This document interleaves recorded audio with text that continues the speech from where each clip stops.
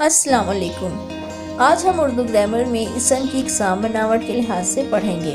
بناوٹ کے لحاظ سے اسم کی 3 اقسام ہیں: اسم جامد، اسم مشتق اور اسم مصدر۔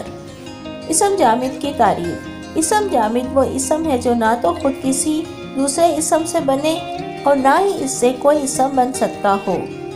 جامد کے معنی جمع ہوا ہے، یعنی جو حرکت نہ کر سکے۔ مثال کے طور پر پہاڑ، چاقو، سیب، میز وغیرہ۔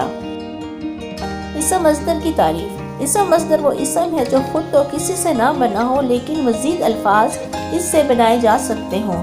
مثال کے طور پر جیسے کھانا سے کھایا، پینا سے پیا، سونا سے سویا، جاگنا سے جاگو وغیرہ۔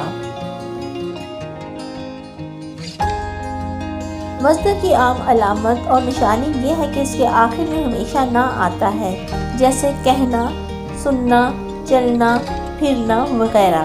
بعض اسم ایسے بھی ہوتے ہیں جن کے آخر میں نہ آتا ہے مگر وہ مصدر نہیں ہوتے، ان میں کام کا کرنا نہیں پایا جاتا، جیسے سونا، نانا، چونا وغیرہ۔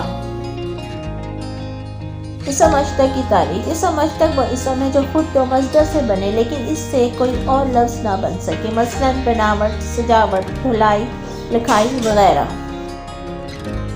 چینل کو لائک کریں، شیئر کریں اور سبسکرائب کریں۔ پھر ملتے ہیں، تب تک کے لیے اللہ حافظ۔